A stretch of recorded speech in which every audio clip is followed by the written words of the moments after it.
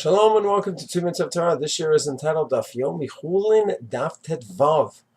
Gemara talks about an amazing halacha that applies every single Shabbat. It's called Maaseh Shabbat. One who does a malacha, does something wrong on Shabbat. The example of the Gemara in Tet Vav is Hamevashel b'Shabbat. He cooks on Shabbat. She cooks on Shabbat. What happens to that food? Prohibited, permissible.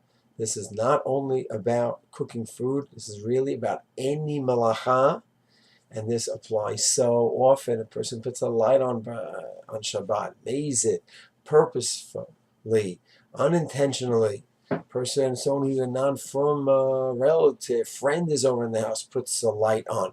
There are many halachot. We're going to learn about a Gentile who does things on Shabbat.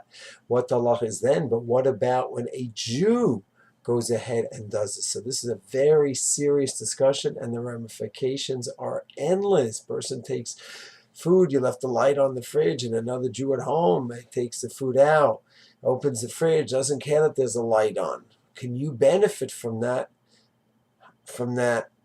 prohibition? It's endless cases that happen on Shabbat where a Jew intentionally, unintentionally does something wrong. So there's a lot of principles here. We'll go through them over the next few shiurim. One we'll start off with, is this prohibition from the Torah or from the rabbis? And you'll say it doesn't make a difference. A prohibition is a prohibition. That is true. It doesn't matter if the prohibition is just from the Torah or from the rabbis. However, there are rules that differentiate between a Doraita prohibition and a rabbinic prohibition. Most well-known is any kind of safek. The oraita, if it's a doubt on a biblical halacha, we go in a stringent manner. When it's a drabanan halacha, it's lenient. So here too,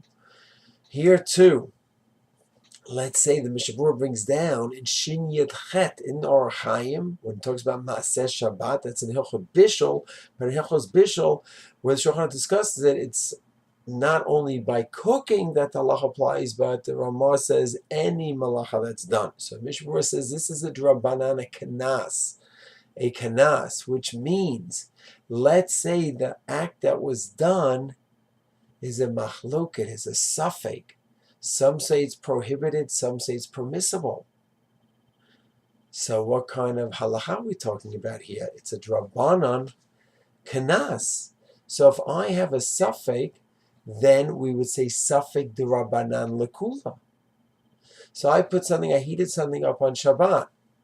Some say I heat it up. There's a lot of different ways to heat things up on Shabbat. I put it right on the blech over the fire. And I don't normally do that. But I did it. And I realized put it right on the fire. Normally I do it over a blech with something overturned, on overturned aluminum. But I put it right on. So before we get into shogeg and mazid, wait a second. Some say I could put it right over the fire. It's a drabanan isser, we're benefiting from something done wrong. But over here, it's a question whether I did anything wrong. Rav Avad Yosef says I could put things right over the fire as long as there's a blech separating between the fire and my food, if it was a dried food.